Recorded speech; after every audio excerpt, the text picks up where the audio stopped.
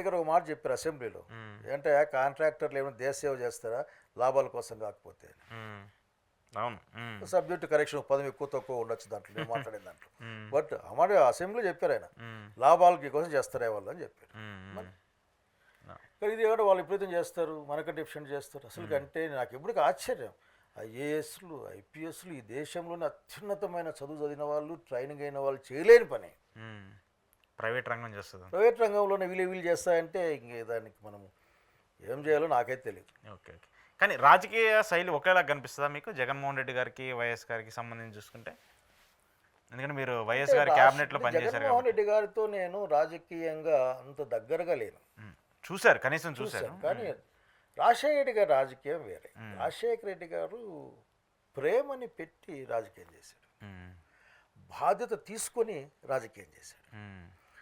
ఆ ప్రేమ బాధ్యత అనేది తన వాళ్ళకి కొద్దిగా ఎక్కువ ఇచ్చినా అందరికీ వచ్చే విధంగా చూశాడు. ఓకే. ఎవరైనా సరే ఆయన దగ్గర పోయి నాకు ఈ పని ఉంది, ఈ పని చేయాలంటే లేదు అన్న మనిషి నేను చూడలేదు. అది ప్రతిపక్షం కానీ అధికార పక్షం కానీ చివరికి ఆయన ఎదురుగా ఆయన దూషించిన వాళ్ళు కానీ అందరికీ ఒక చిరునవ్వు వేసుకొని దాన్ని సంతకం పెట్టి పని చేసి పంపించేసేవాడు. సో പക്ഷെ అట్లాగే డెఫినెట్గా రాజశేఖర రెడ్డి గారి కొడుకు కదా, అంతో ఎంతో ఆ లక్షణాన్ని వచ్చి ఉంటాయి, ఆ స్కిల్స్ ఉంటాయి. Time going to be show so many things, it going to be teach so many things. Okay.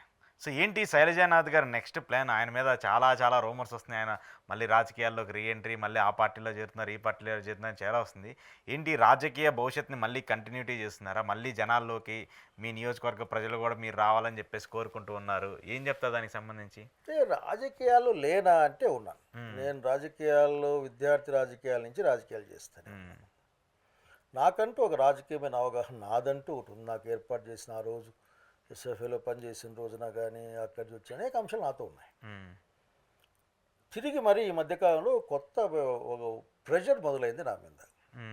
నియోజకవర్గాల్లో జిల్లాల్లోనూ అట్లాగే ఈ రాష్ట్రం అంతా పనిచేసిన వాడిగా అక్కడక్కడ ఏంటి అని నువ్వు వేసిన ప్రశ్నే వాళ్ళు కూడా నా ముందు పెట్టారు. అంటే వాళ్ళు ఏమంటున్నారంటే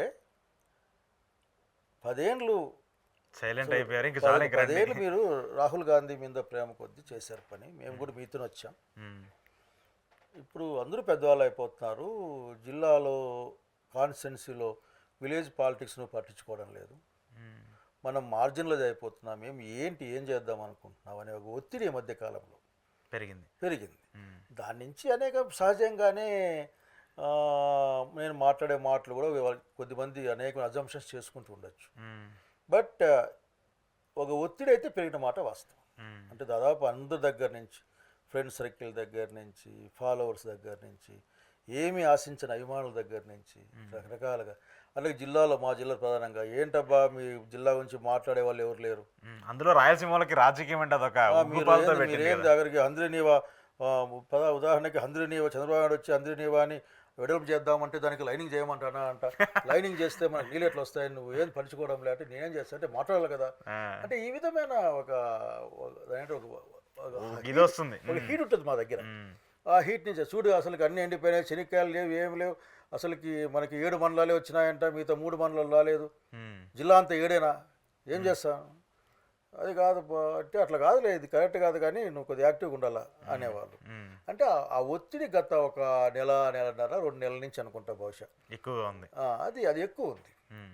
సో 10 మంది కలిసి మాట్లాడితే అందులో 7-8 మంది ఇదే మాట్లాడుతా ఉన్నాం. సో అది మీకు అట్లా అనిపిస్తూ ఉంటుంది.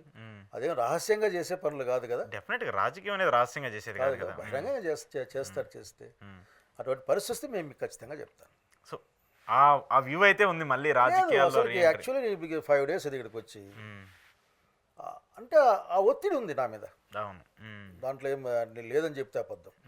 ఆ ఒత్తిడి ఉంది రకరకాల మనుషుల గుంపుల నుంచి, చిన్నప్పటి నా ఫ్రెండ్స్ నుంచి, అంటే చదువుకున్న విద్యార్థుల నుంచి, ఇట్లా కాదు కదా, ఏదో చేయాలి కదా, రాయలసీమలో ఉన్న కొద్దిమంది ఫ్రెండ్స్ రాయలసీమ కోసం మాట్లాడాలి కదా, నువ్వు ఎట్లా ఇది అనేవాళ్ళు, నీకు అంత అయితే స్పేస్ ఉంది కదా, నువ్వు మాట్లాడాలి కదా అనే బ్యాచ్, ఇట్లా రకరకాలుగా ఉన్నారు. సో ఇవన్నీ వింటా ఉన్నాను, ఆలోచిస్తూ ఉన్నాను. డెఫినెట్గా ఆఖరికి ప్రజలు మాట్లాడేదాన్ని వినాలి కనుక వినే పరిస్థితిలో ఉన్నాను.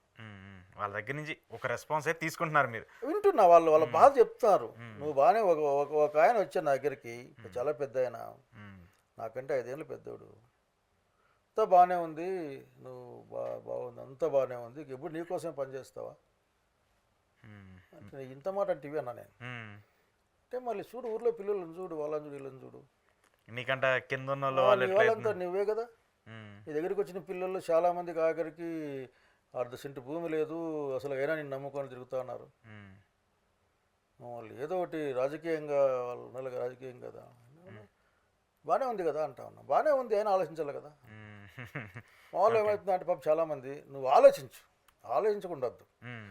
ఆలోచించి నువ్వు చెప్పు. ఇంతకాలం ఏమి లేకుండా నీతో ఉన్నాం, ఓకే.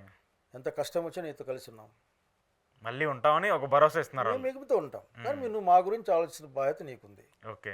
అన్నది వాళ్ళకి ప్రస్తుతం కొత్తగా యాడ్ అయిన ఒక సెంటెన్స్ అది. ఓకే, చూద్దాం సార్. మరి మీరు రాజకీయాల్లోకి ఎంట్రీ అవ్వాలని చెప్పి మళ్ళీ మీ అభిమానులు కోరుకుంటున్నారు కాబట్టి మళ్ళీ మీరు రాజకీయాల్లోకి రావాలని చాలా మంది కోరుకున్నట్టు ఆశని చూద్దాం.